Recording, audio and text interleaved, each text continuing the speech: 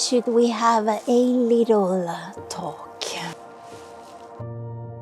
There are days when you wake up and feel like your own life does not recognize you. You stand there brushing your teeth or staring at the kettle and think, how did I end up wearing a face I never chose? Identity should feel like skin. Yours feels like something you keep stitching and unstitching, trying to make it fit without tearing. Up here in the north, we grow up under a sky that never really lies. You learn young that the land stays blunt, the weather stays indifferent, and nothing softens itself to make your steps easier.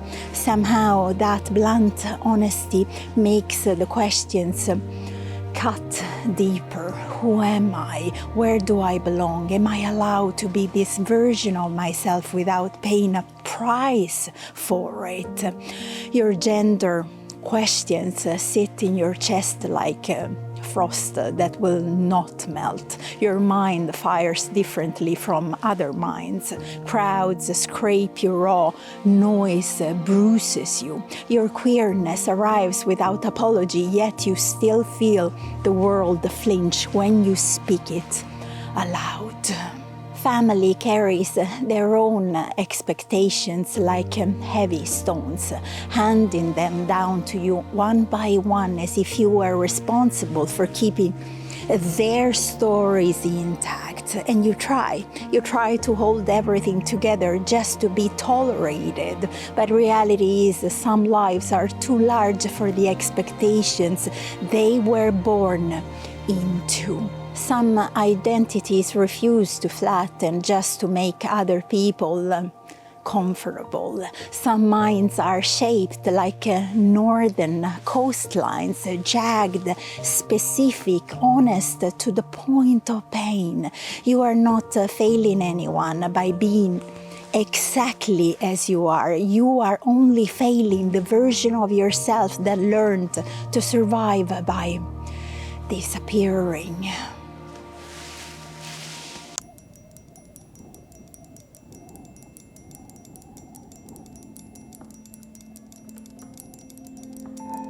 Belonging becomes impossible when your entire existence is spent adjusting your own volume. You speak softer, you laugh quieter, you hide the way your thoughts jump and spark. You brace yourself before walking into social spaces. You practice smiles that cost energy you cannot spare. And afterward, you sit alone and wonder why you feel like a stranger in your very own life. This is not identity confusion. This is identity starvation. You have been fed the idea that belonging is something granted to you by others. It is not. Belonging begins the moment you stop begging for a seat at tables that collapse the second you show your true shape. The North has taught me this again and again. There are cliffs here that break apart every winter, not because they are weak, but because they refuse to hold forms that no longer match their truth. Maybe that is you. Cracking apart is not a defeat. It is the first honest thing you have done in years. You ask where you fit, let me say something hard and clean. You do not fit where people require your self-betrayal. You do not fit where your differences must stay hidden to keep the peace. You do not fit in families or cultures or narratives that punish you for being alive in your own way. You fit where your presence does not require translation. You fit where your silence is understood and your intensity is not mocked. You fit where your queerness is recognized the way we recognize tide marks, part of how the world naturally shapes itself. You fit where your mind is not treated like a glitch in the system. You fit where your story does not have to be softened to be accepted. And sometimes that place is not a group or a community. Sometimes it begins with just you, a single person standing on cold ground, finally refusing to shrink.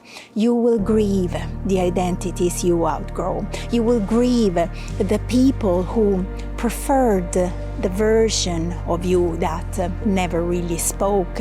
You will grieve the childhood self who tried so hard to be easy. Let that grief come. It means you are changing shape in a way the world cannot ignore. So ask the question again. Who am I?